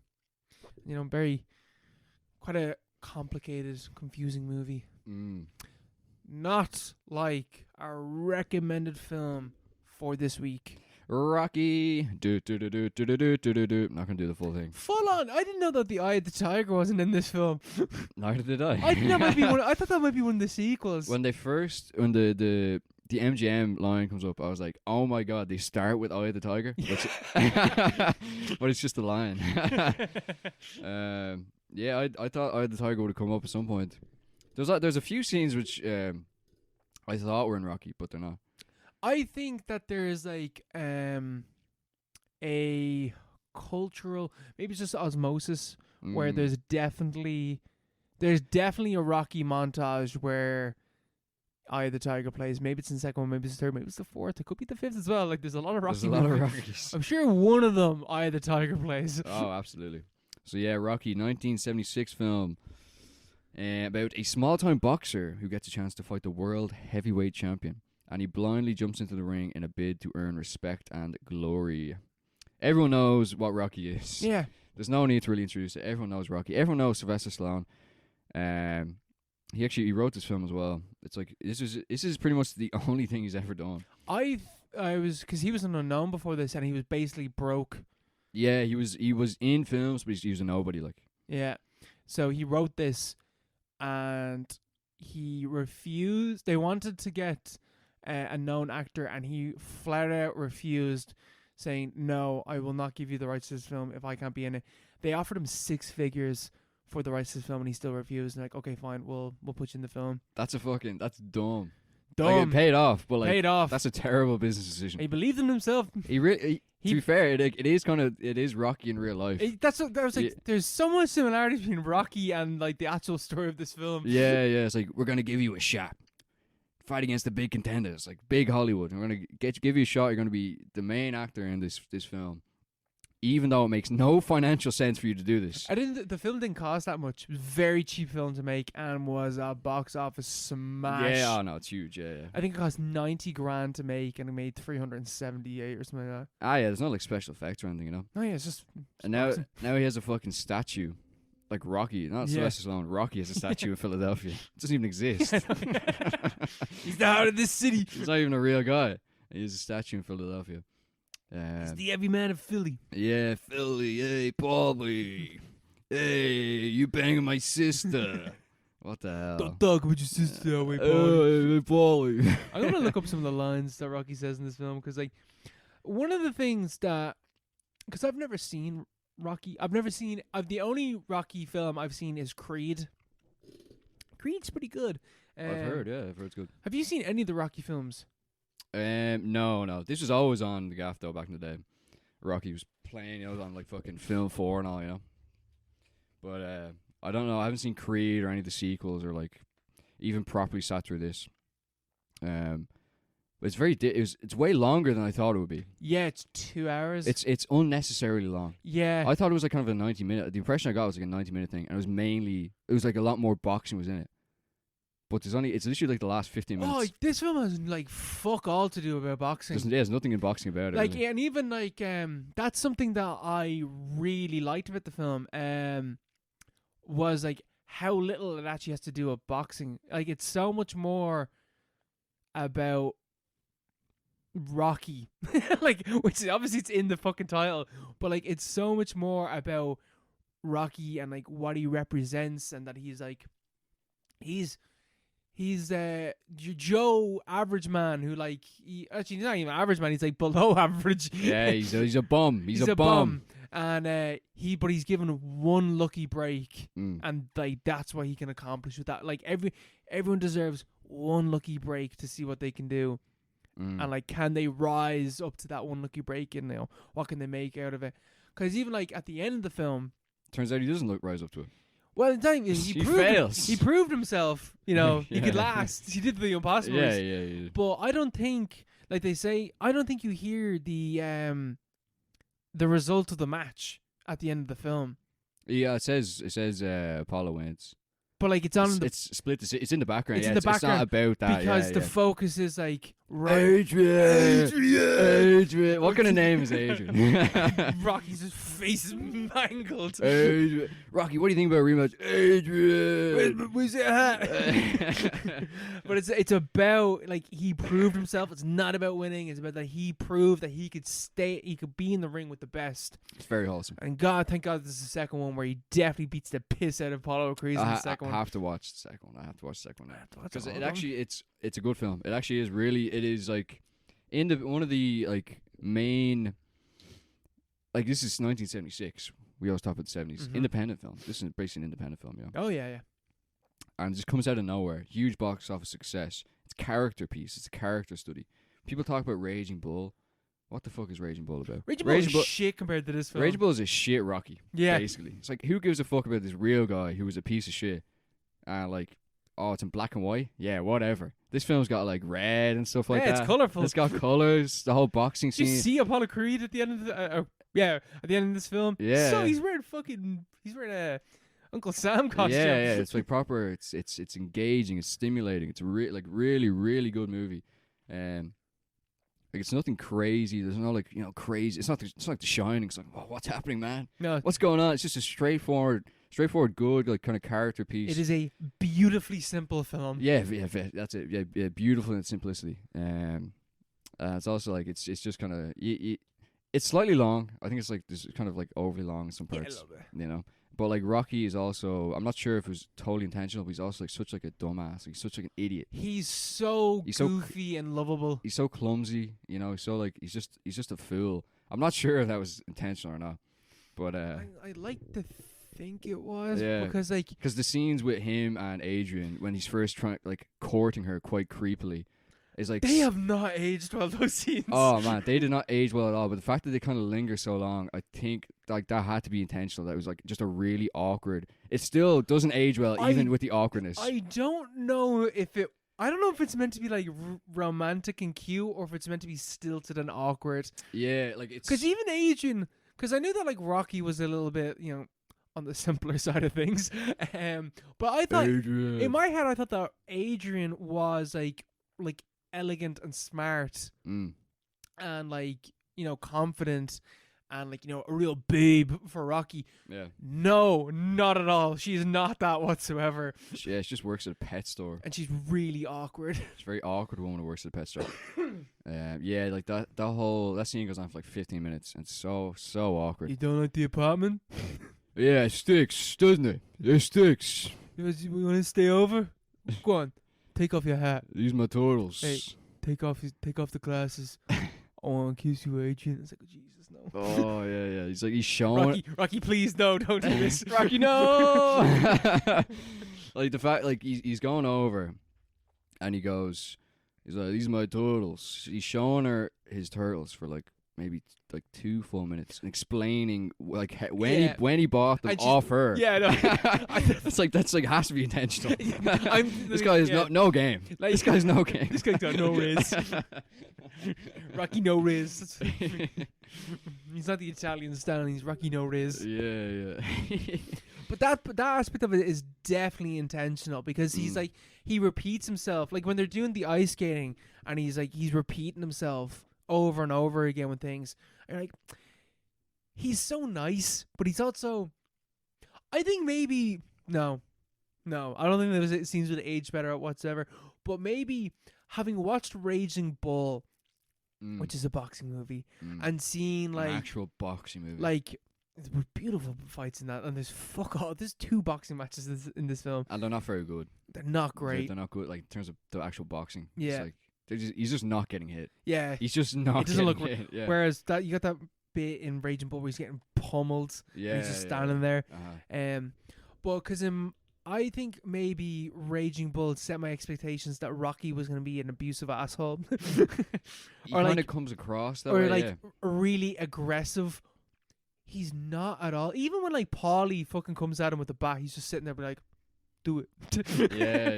He's very, very placid, kind of like he's a defeated man in the sense that he's not like he's he's very lonely and he has nothing, and then he finds Adrian, just like he's like not even like he's gone after. He's just his best mate's. She's just his best mate's like sister, and he's found her, and he's just happy with that, and he just wants his big payday.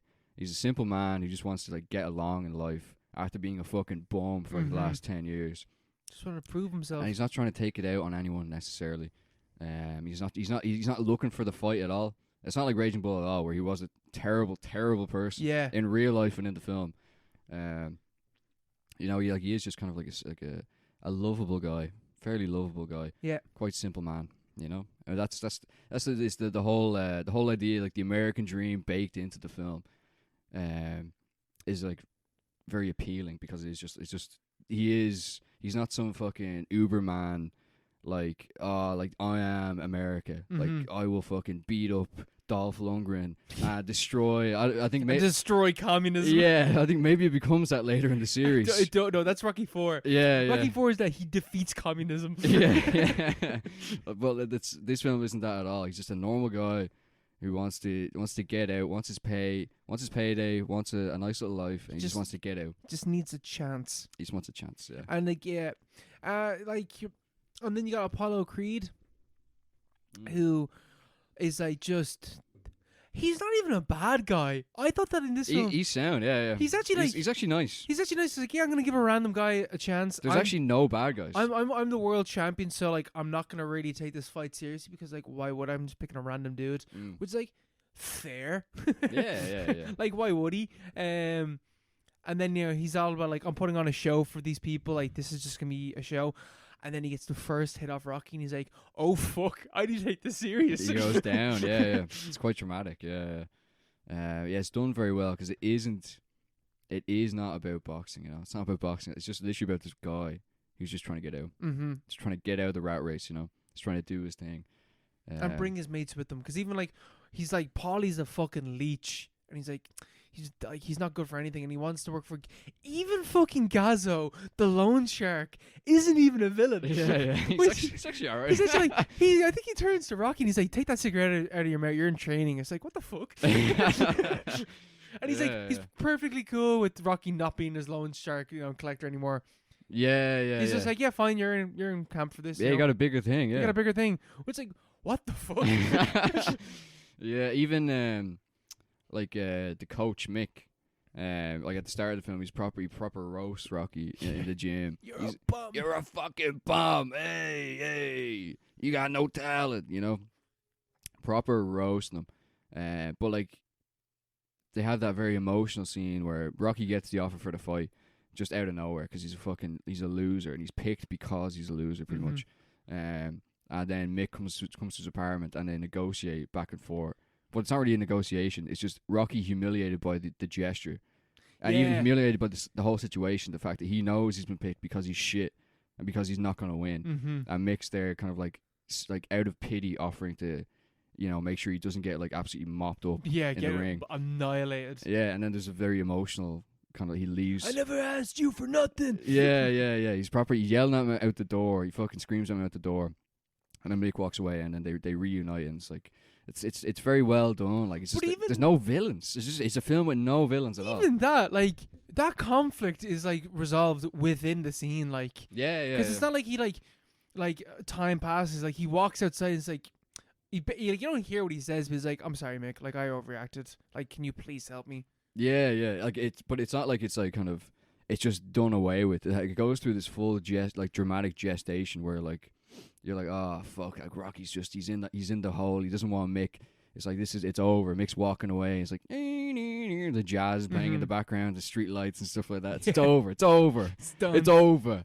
But then like it still works. Like within about 5 minutes, they go from hating each other to being like partners in this whole situation. But it doesn't feel forced or it doesn't feel like kind of too quick. Yeah, it feels like one thing I noticed in the film was the very first boxing match. Rocky is just beating the piss out of this guy, and the guy's kind of beating the piss out of him back, and he sits back down, and his coach is trying to tell him something, and he doesn't listen to him. So he gets back up, and he just knocks the dude out. In my head, I was like, okay. So at the end of this film, we're gonna have a scene where, Mick is just like putting the gum shield. It's like, Rocky, you gotta do this if you wanna beat him. That doesn't happen.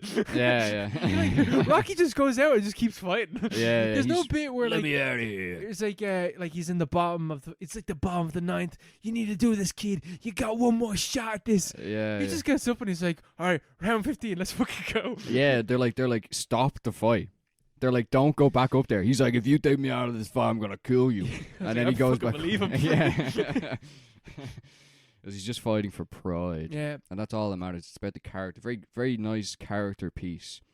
I doubt the sequels are kind of similar, but like. No, I think they go way more goofy.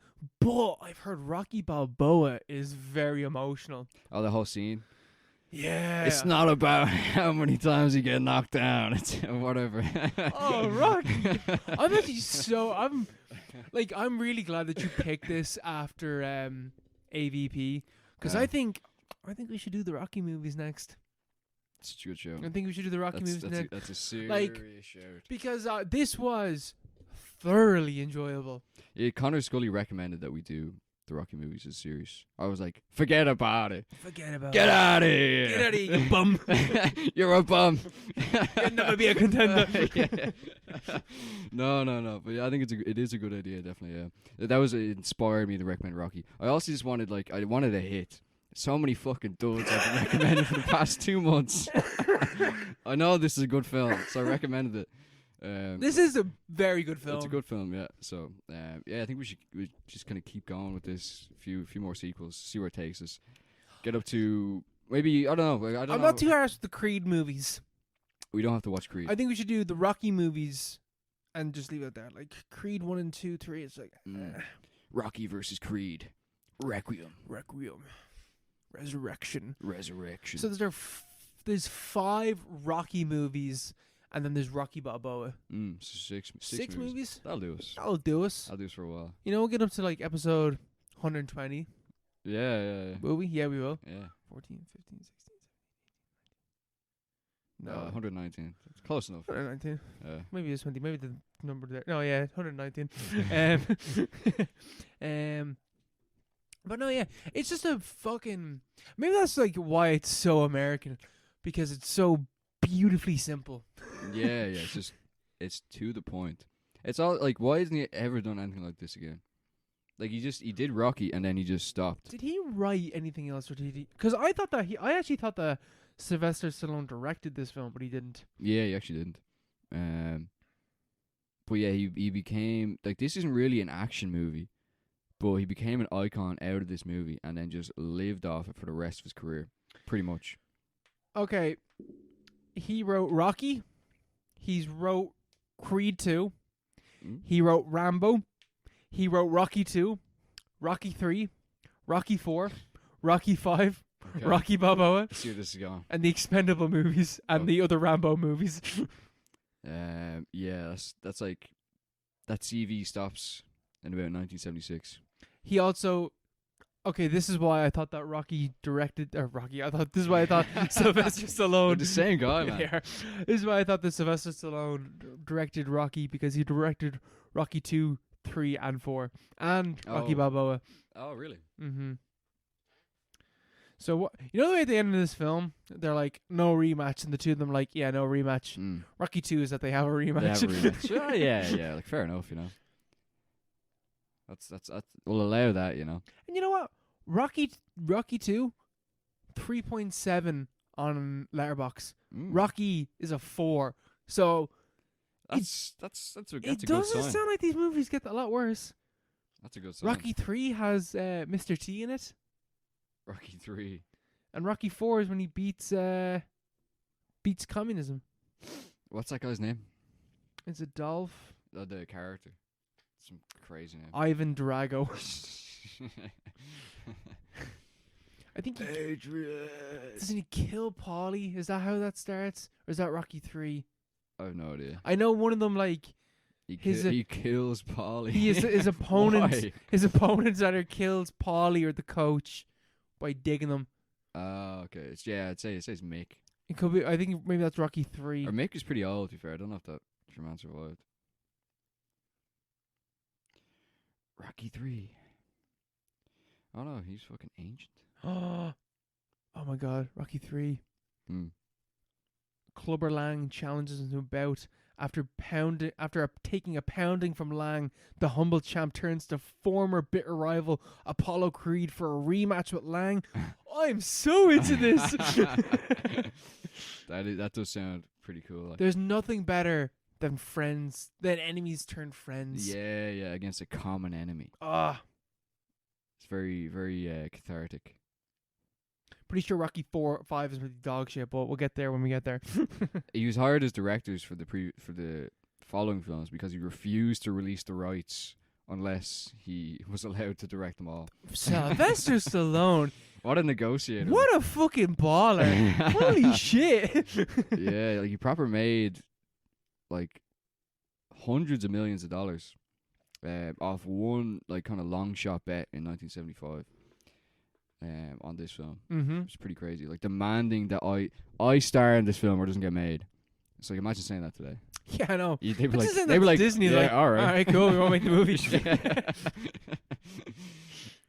Fair play. Fair play to him. Fair play to you, Mr. Stallone, Mr. Sly.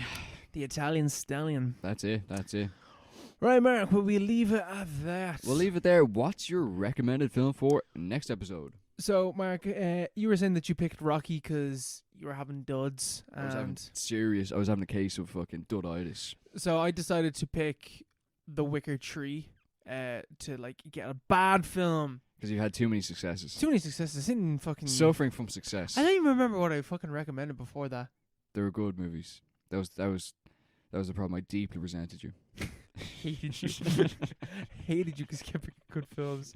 I just had Lamora. So in lieu of that, and because I watched The Shining recently, there is a Shining miniseries in 1997, which is a far more faithful adaptation of the book The Shining. Famously, Stephen King hates the Kubrick film The Shining, so he wanted a more faithful adaptation, and so He made one. he made one. I think it's hilarious that, like, because it also was a TV series. So for some reason, like, the Stephen King classics can never get like actual feature-length films made for some reason. Even Salem's a Lot, which is made by Toby Hooper, is a very, very good miniseries. Very good. But But it's miniseries is weird. yeah, it's quite hard to find. quite hard to find. We'll find it. It's super good. I have the box set, but You mad cunt. somewhere. So we are going to watch the Shining miniseries. It's 3 episodes, 1 hour each. This sounds like it's going to be an absolute banger to talk about because initially it came out, critical praise, loved. As time went on, people were like, "This is dog shit." Yeah. So it's like the complete opposite of what we usually talk about. Yeah. Kind of like the reverse of The Shining as well. It's kind of ambivalent at first, and then everyone's Got nominated for 2 Razzies. Yeah. And then when it came out that Shelley Duvall was getting abused on set, they de-nominated her from a Razzie because she was nominated for Worst Actress. And then they were like, feel real bad doing that. It's just real. It's not acting. Yeah, she's not acting. She's actually like pleading for her life. Oh my god. Oh god. But yes, we will talk about that in 2 weeks' time. Goodbye, God everybody. bless. Bye. Bye.